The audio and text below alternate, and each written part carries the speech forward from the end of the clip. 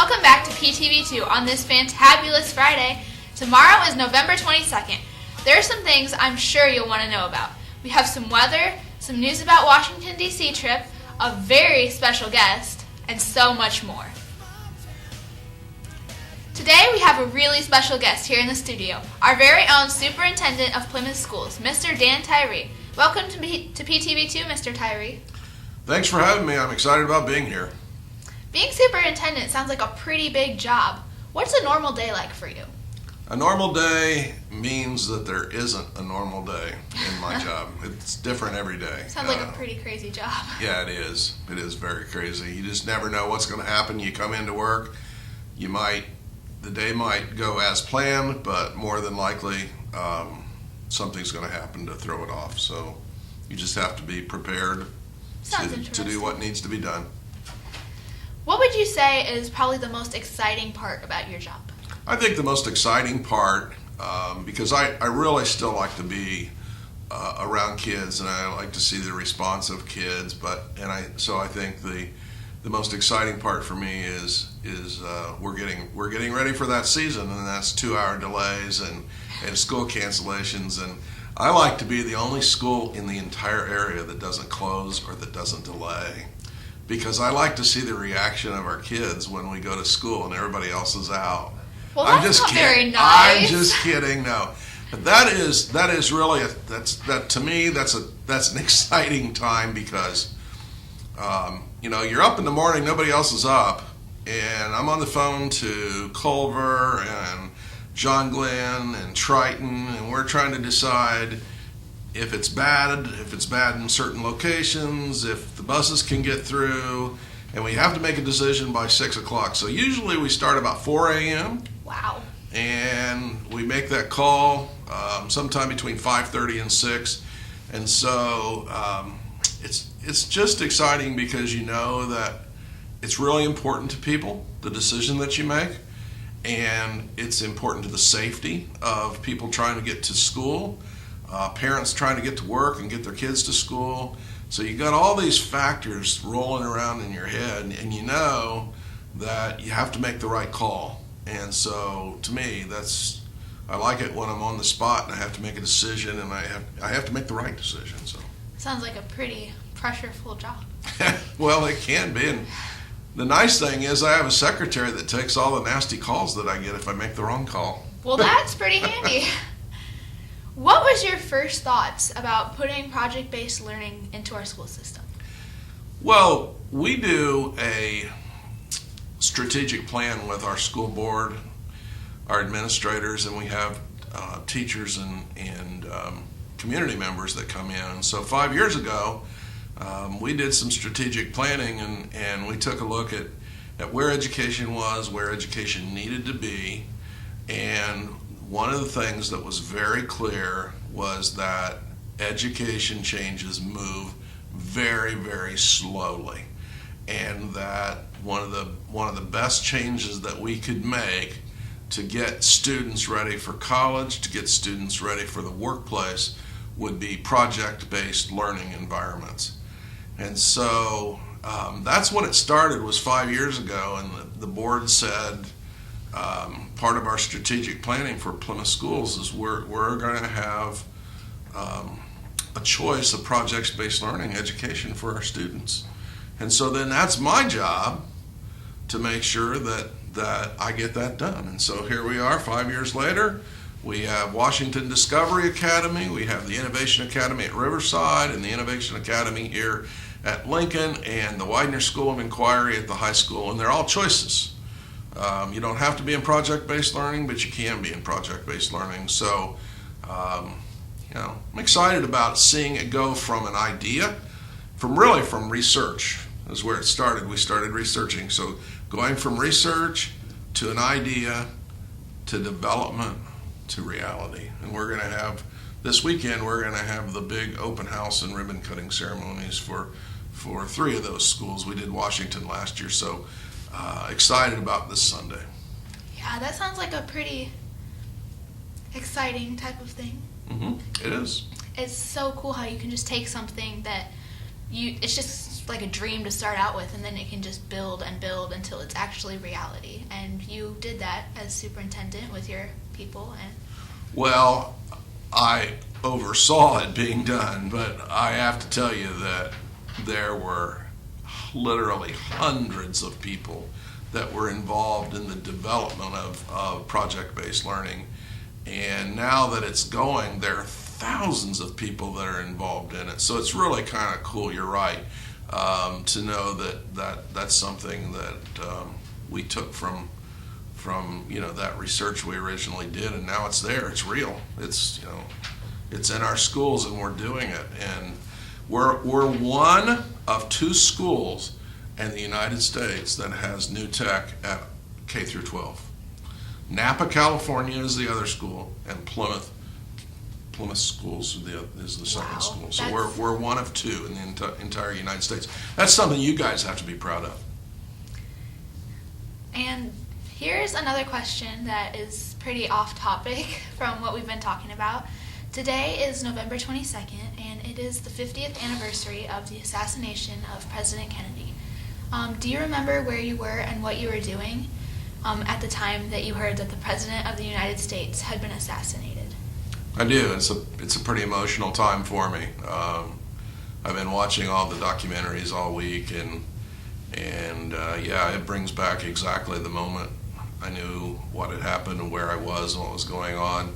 For some reason, maybe parent-teacher conferences or something, we were out of school that day. And so I was doing what I always did. I was down in the alley playing basketball. And all of a sudden, here comes my mom. And as a young kid, you hate to see your mom coming after you. And that's about one of the most embarrassing things that can happen. Here comes my mom, basically, Dan, we're going home right now. Come on with me. You're coming with me. Mom, I don't have any school today. I want to play basketball. No, you're coming home right now. And so we got home, and she started crying, and she said, the president has been killed. And she said, change your clothes, we're going to church. So that's what we did. We went to church and we prayed. Sounds like it would be a sad time because it hadn't happened for how many years? Like 30, something like that? It was a while. Well, in my lifetime, I don't remember a president being assassinated before that or after that. I understand that if I remember my history, that there has been none. No more. Since then, no, there's been some attempts, but there haven't been assassinations. And let's just pray that there aren't any assassinations, because that is what a difficult time for a nation to go through something like that, and for a family to go through something like that. And we just want to make sure that never happens again. Yeah, and let's just pray for the safety of Americans, men in office, just that they will continue to be safe. And we'll also pray for the women in office too. Yeah. Yeah. Okay, Mr. Tyree, I only have one more question. When you were young, did you think that you were going to be a superintendent? No. I didn't even yet. Well, I knew what a superintendent was because I dated a girl and her father was the superintendent, and I remember I would call her at night and I would say, "Is your dad going to call a delay or a cancellation tomorrow?" So I knew what a superintendent was, but there is no way in the world that I would have ever wanted to be a superintendent of schools. I thought that was the most boring, snobbish, just stuffy job that you could possibly have, and had no idea that someday I would become. As a matter of fact, I still talk to Deb. She's an attorney in Pittsburgh, and I've talked to her dad too. He's still alive, and we laugh about the fact that I'm a superintendent now. Most of my friends from high school really can't believe that I'm a superintendent. Well, we really appreciate you coming to be with us, Mr. Tyree. Thanks for all of the great information. Would you like to stay a while longer and help me co-anchor? Oh, I'd love to. Landon's Absolutely. news? Absolutely. That's great.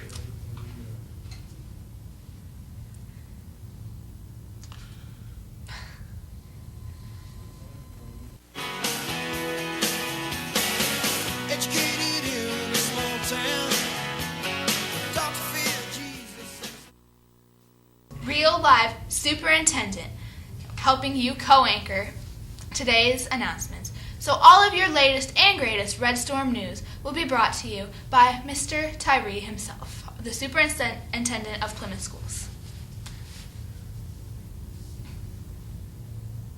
Did you see the robot video yesterday? Do you have anything that the rest of us need to know about? How about some pictures from either the games earlier this week or something else that we should know about? We're always looking for the latest scoop, and the best way to get it to us is to send it to us at ptv@plymouth.k12.in.us. We need your news. Today, the lovely Lindsay is in the corner.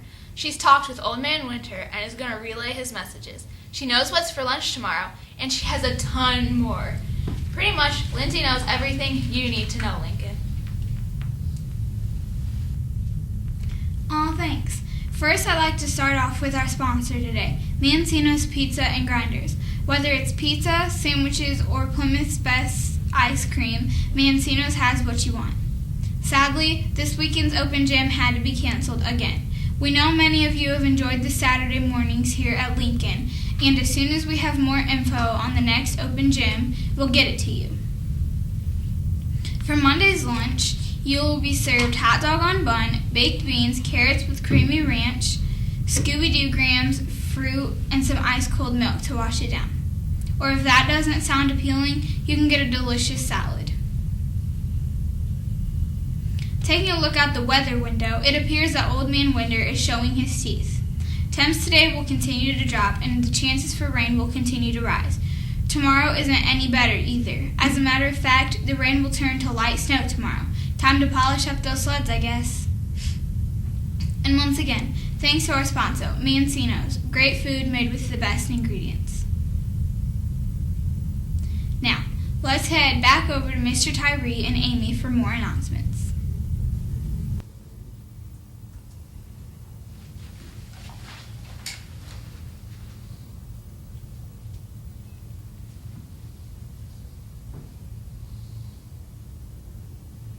Thanks, Lindsay.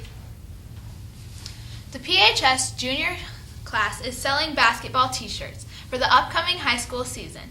Be part of the cheer block with your very own Spirit tee. Contact Mrs. Barron in room 108 if interested. Cost is $12. You must have check or money at the time of your order.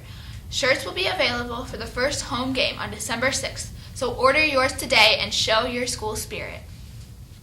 While we're on the subject of Plymouth High School basketball, student season tickets will be available for sale in the Lincoln office November 25th, 6th, and 7th. The cost is $450,000. Oh, I got that wrong. $45. There we go. Now I can afford it. Yeah. Checks should be made payable to Plymouth High School. Please bring the correct change if you're paying in cash. If you missed something on PTV2 or just need a refresher, be sure to check out Lincoln's brand new newspaper. Just hop on over to our website and click on the link to read. What would be the holiday season without a Christmas party, right? Well, staff, the official invitation is out. Are you ready for Christmas? The corporation office, that's us, has released the invitation to the annual staff Christmas party. That's with us. It's at PHS on Wednesday, December 18th, 3:30. Plan to be there with us. Backpacks continue to be brought into classrooms. Mr. Galt wants you to know that it is not acceptable. Backpacks are to remain in your locker during the school day. Glad I didn't bring my backpack in here. Mr. Scott would have probably been upset with me. Yeah, that wouldn't be good.